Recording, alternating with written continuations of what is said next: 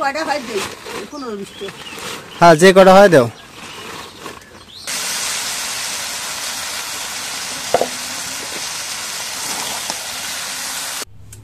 আসসালামু আলাইকুম, আপনারা সবাই কেমন আছেন? আশা করি আপনারা সবাই ভালো আছেন। আলহামদুলিল্লাহ আমরা সবাই ভালো আছি।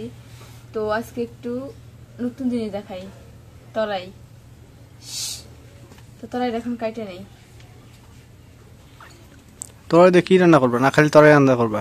না, শিং মাছ। তরাই দিয়ে জল করবো।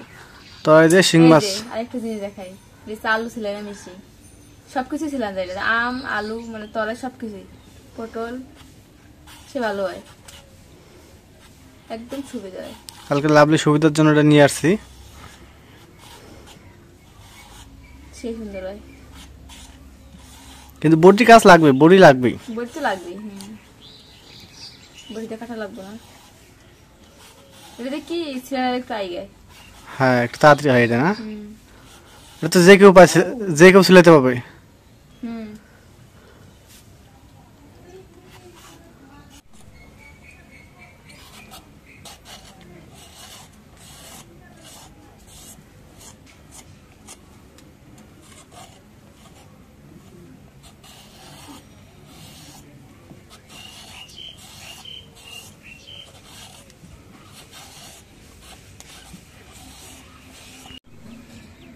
এখন তরাই গেলে ছিল না হয়ে গেছে, এখন দিয়ে তারপর কাটে নেই।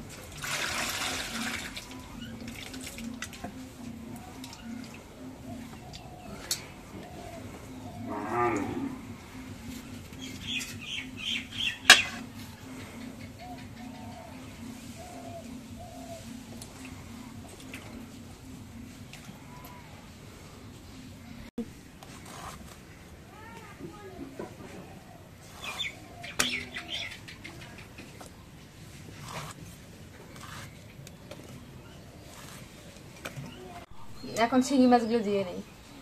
এই মাছগুলো দিয়ে ফেলেছে ভাইয়াদের ওষুধ থেকে, বড় ভাইয়াদের ওষুধ থেকে, একদম কোটা বাচ্চা। একদম আমাদের মানে একটা পরিশ্রম ছিল কোটা বাচ্চা, সেটা আমাদের মানে আগাই দিছে কাজটা। ভাবি তো পারে না, এগুলো মা কুড়ে দিছে এগুলা, মাঝে খেতে দিছে। হ্যাঁ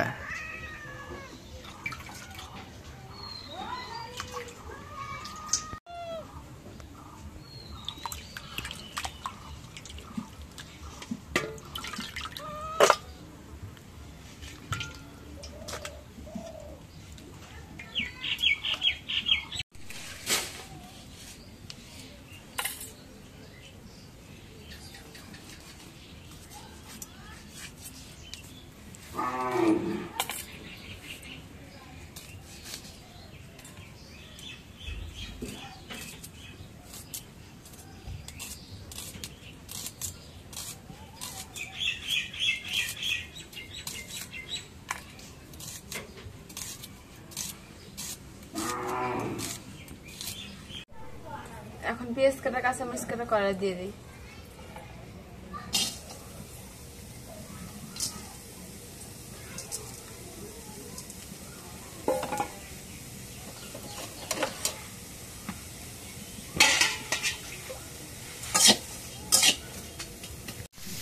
এখন তেল দিবি।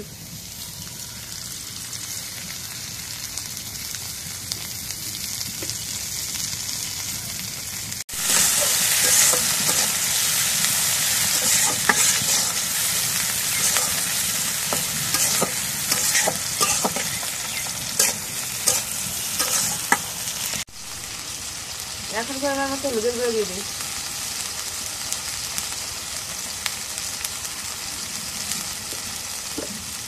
এখন লবণ দিয়ে দিই। এখন জিরা বাটা রসুন বাটা দিয়ে দিই।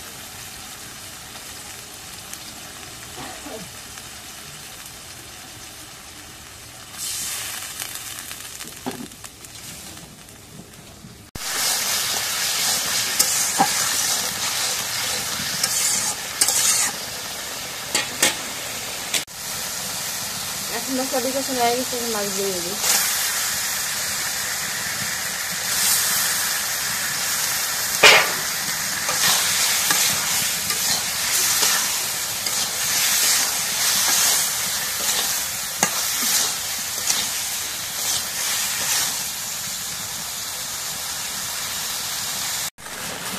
মাছগুলো রেখে দিয়ে একটু কষাই নিই।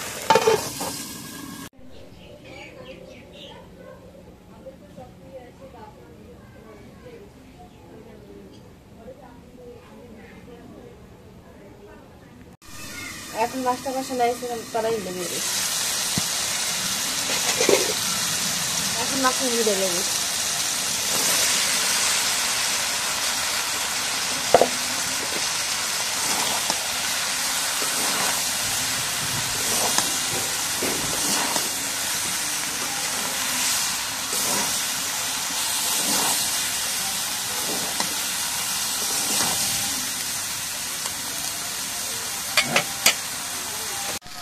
এখন তারা যে হয়ে গেছে, এখন রেখে দিই, একটু কষা হবে।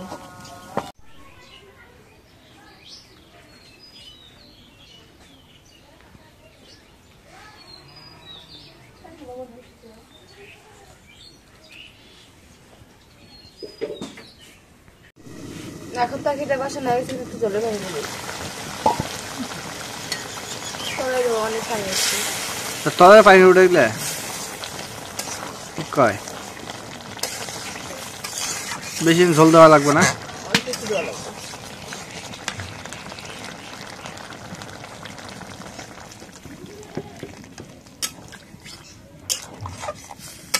বেশি দিলাম না, অল্প একটু দিলাম। আরো কি পানি উঠবে না পানি ওঠা শেষ? শেষ।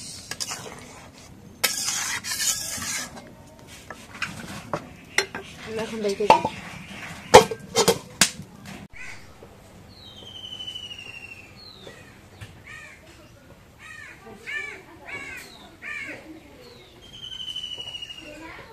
এখন তরকারি হয়ে গেছে, তরকারি এখন নামাই নেই। ও তরকারি কালারটা সেই কালার হয়েছে তাহলে। তো কালারটা দেখে আপনারা অবশ্যই অনুমান করবেন যে অবশ্যই ভালো হয়েছে না খারাপ হয়েছে। তো আমার কাছে মনে হইতেছে না খুবই ভালো হয়েছে। আর বিশেষ করে তরই না এগুলা লাগবে, এগুলা আমার কাছে খুব পছন্দ।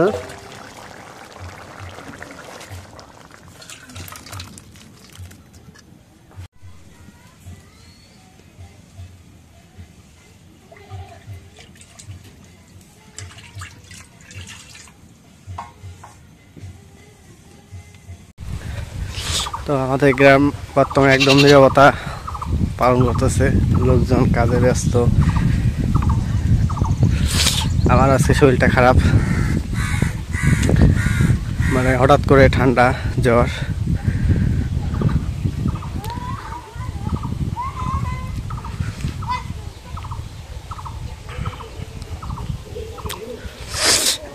শরীরটা যখন ভালো থাকে তো ভালোই লাগে, আর যখন শরীরটা খারাপ করে তখন কোনো কিছু ভালো লাগে না, কাজকর্ম খাওয়া দাওয়া কোনো কিছু ভালো লাগে না।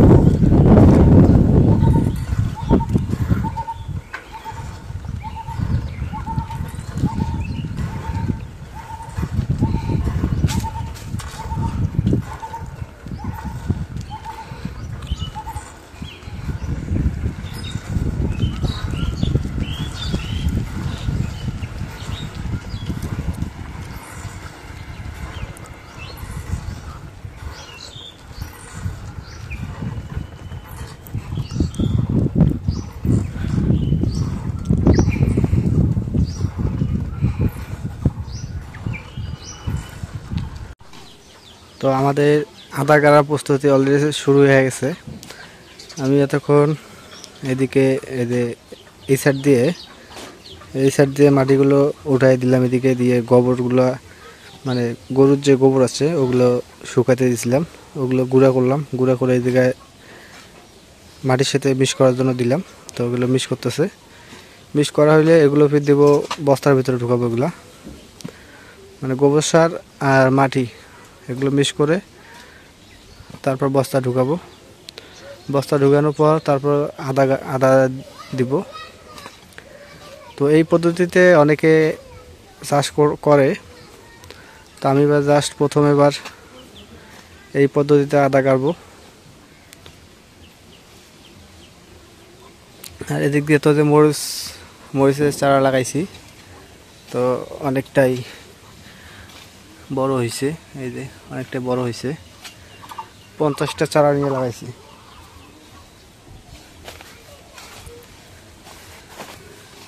তো কালকে আদা নিয়ে আসছি গাড়ার জন্য, খাওয়ার জন্য নিয়ে আসছি এবং গাড়ার জন্য নিয়ে আসছি, দুটাই নিয়ে আসছি। তো যেটা গাড়া সেটা গাড়বো এখন।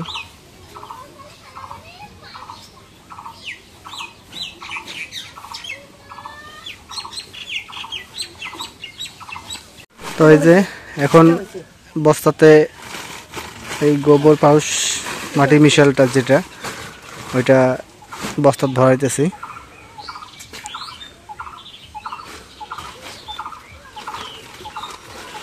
বস্তা তো সমস্যা নেই, বস্তা তো আছে না? কয়টা হয় দেই 15-20টা। হ্যাঁ, যে কটা হয় দাও।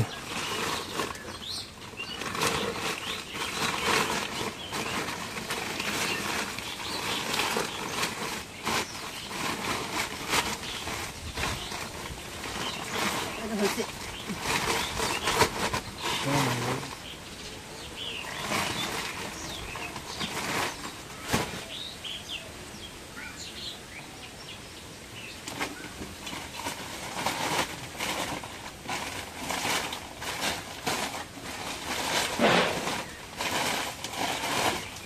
কেউ এই বস্তাটা সম্পূর্ণ মাটি দেয়, কেউ অর্ধেক দেয়।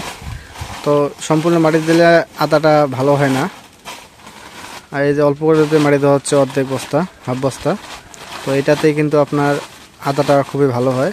এই একটা বস্তাতে আদা গাড়লে আপনার 1 কেজি আদা হবে একটা বস্তাতেই।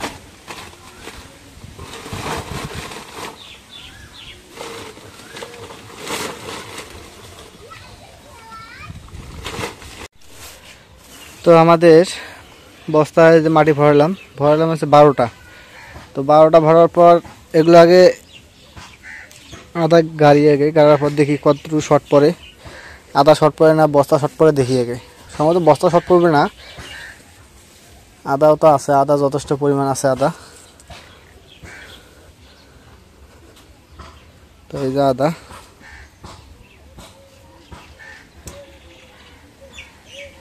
দুটা করে দেওয়া লাগবে, দুটা করে। হ্যাঁ, দুটা করে দাও। সবগুলো গাছ আছে না?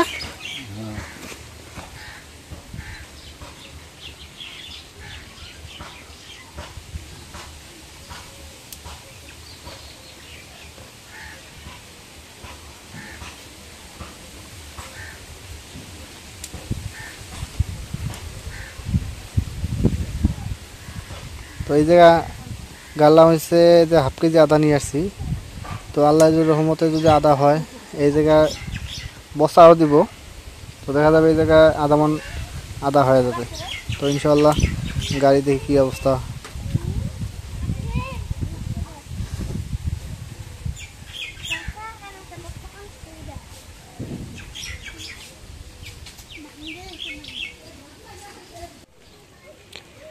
বিসমিল্লাহ কইও। হ্যাঁ হ্যাঁ, বিসমিল্লাহ করা গাছছে একটা আগে, এটার গাছছে আগে। ও হোক, আল্লাহ যদি রহমত করে।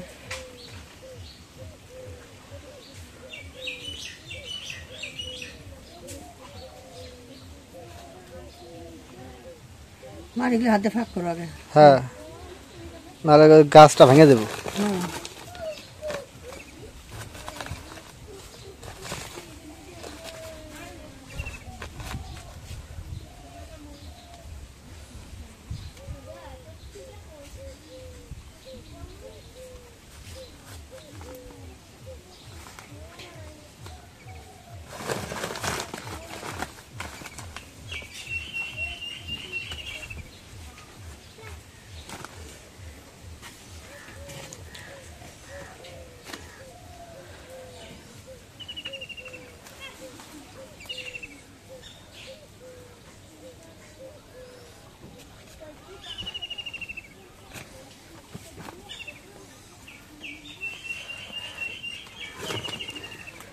তো এইভাবে সবগুলো বস্তা আদা কাটবে।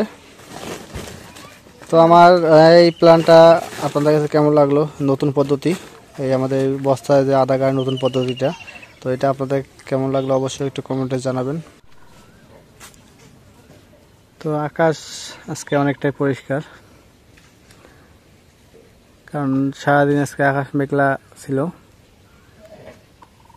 কারণ বৃষ্টি মনে হয় এই বুঝি বৃষ্টি আসে, কিন্তু না, আকাশ অনেকটাই ক্লিয়ার হয়ে গেছে। আর এটা আমাদের ভুট্টা ক্ষেতের, না আমাদের তো না, আমাদের এলাকার ভুট্টা ক্ষেতগুলো প্রায় ভুট্টা পাকছে, এখন ভুট্টা ঘরে তুলবে এখন। তো আমাদের এই জায়গায় কুমড়া ক্ষেত ছিল, কুমড়া লাগাইছিলাম, এখন আর কুমড়া গাছ নাই। এখন যার মতো শেষে গরু ছাগল দিয়ে ঘাস খাওয়ায়। তো ইনশাআল্লাহ যদি আবার বেঁচে থাকে, আল্লাহ যদি হায়াত দান করে, তো আগামীতে আবার লাগাবো যদি বেঁচে থাকি তাহলে। কারণ মৃত্যুর কথা কেউ বলতে পারে না, কারণ কখন কার মৃত্যু হবে সেটা একমাত্র আল্লাহ ছাড়া কেউ বলতে পারে না। কারণ বাপ থুয়ে ছেলে যায়, অনেক সময় দাদা বেঁচে থাকে, নাতি চলে যায়। তো মৃত্যুর কথা বলা যায় না, কে কখন কার মৃত্যু হবে এটা বলা মুশকিল। তো সবাই সবার জন্য দোয়া করবেন এবং 5 ওয়াক্ত সবাই নামাজ পড়বেন। তো ঠিক আছে, আজকে ব্লগটা এই জায়গায় শেষ করব। তো ব্লগটা ভালো লাগলে অবশ্যই একটু লাইক, কমেন্ট, শেয়ার এবং সাবস্ক্রাইব করে দিবেন। এবং পরিশেষে আপনাদের সবাইকে ধন্যবাদ জানিয়ে আজকের মতো এই জায়গায় শেষ করতেছি। আল্লাহ হাফেজ।